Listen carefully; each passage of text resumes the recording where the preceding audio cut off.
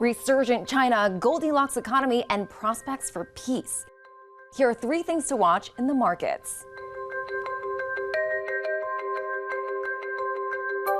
Investors are starting to digest the first indicators out of China since Beijing abruptly ended its COVID-0 policy late last year.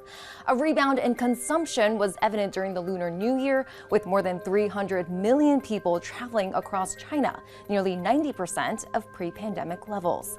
That supported mainland stocks, which are off to a rapid start in 2023, the year of the rabbit. If economic data confirms stronger than expected recovery in the world's second largest economy, the optimism could spill over to global markets. With the Fed decision out of the way, traders will be watching for U.S. economic data that confirms a Goldilocks scenario, where the economy slows enough to prompt the Fed to cut interest rates, but isn't weak enough to trigger a deep recession. On the calendar is everything from hotly anticipated inflation readings to home sales and industrial activity. With companies across industries reporting earnings declines and issuing gloomy outlooks, it'll be up to the consumer to pick up the slack in the U.S. economy.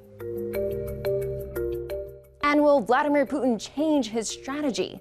After the U.S. and Europe agreed to supply Ukraine with battle tanks, investors are eyeing how Russia will respond. Will Putin signal any changes in his stance towards peace, even as the road to a diplomatic compromise may still be further down the line? Putin and the Kremlin have consistently denounced the West as they continue to support Ukraine. I'm Kurumi Mori in Tokyo, and this is Market Bytes. Make sure to follow us at Quicktake for all the latest updates.